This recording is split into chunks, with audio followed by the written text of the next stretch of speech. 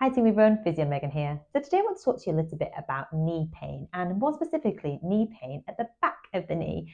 Now this can be a really frustrating area to experience pain. It can often be quite hard to sort of pinpoint where the pain is, where it's just kind of feels like it's at the back and you just don't have really a specific area.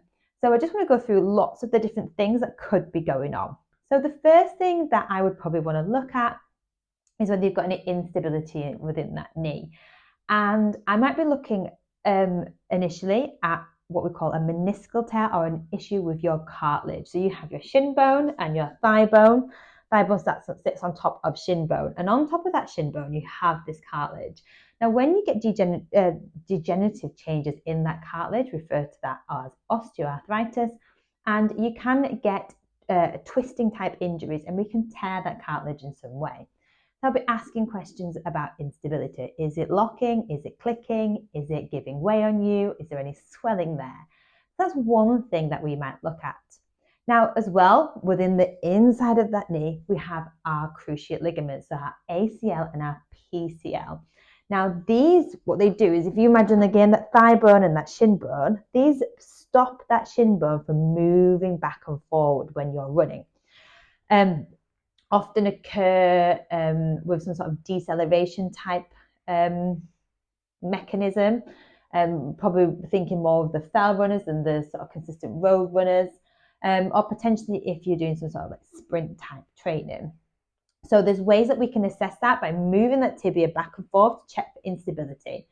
Seriously traumatic issues with your collateral ligaments, let's say you've had a fall or something like that, you tend to get a massive amount of swelling quite quickly.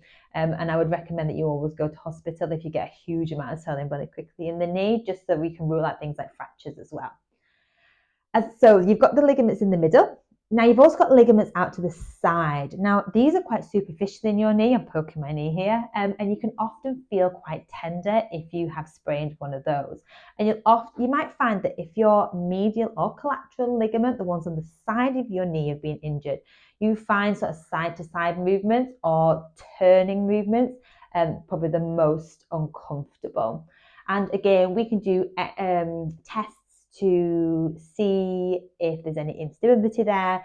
And we would often then focus on a very proprioceptive program to try really rebuild that balance back as well as the strength program. Now, around the back of the knee, we have our hamstrings come down and attach around the back of the knee, so on either side. So it could be a hamstring tendinopathy, and likewise, that calf muscle, the gastrocnemius, crosses over the knee, supports flexion of the knee, and it could be a gastrocnemius type injury. Other things that might occur is at the very back of the knee, you have your popliteal muscle, and also you have a bursa in there, which is the sac of fluid, and these can become irritated and inflamed, and they can swell, and you might end up with an injury that we refer to as a Baker's cyst. And this would often feel like a pain at the back of the knee. You might have a limitation with bending your knee. It might feel like something's blocking it. You might notice that when you go to kneel down and you can't quite sit on your heels the same way on one side over the other. And there are some different treatment mechanisms that we use to help manage that. We might facilitate range of motion, we might give it some time, or we might even refer you on for some form of injection to try and alleviate some of those symptoms. So the point of this video is to just let you know that there are lots of things that can be happening in the knee. It can be beneficial to get them assessed, and there are questions and locations within that knee that we would look at to try and differentially diagnose and find out exactly what's going on with your knee at that time. If you've got any questions, guys, then please feel free to pop a comment below. Other than that, guys, happy running.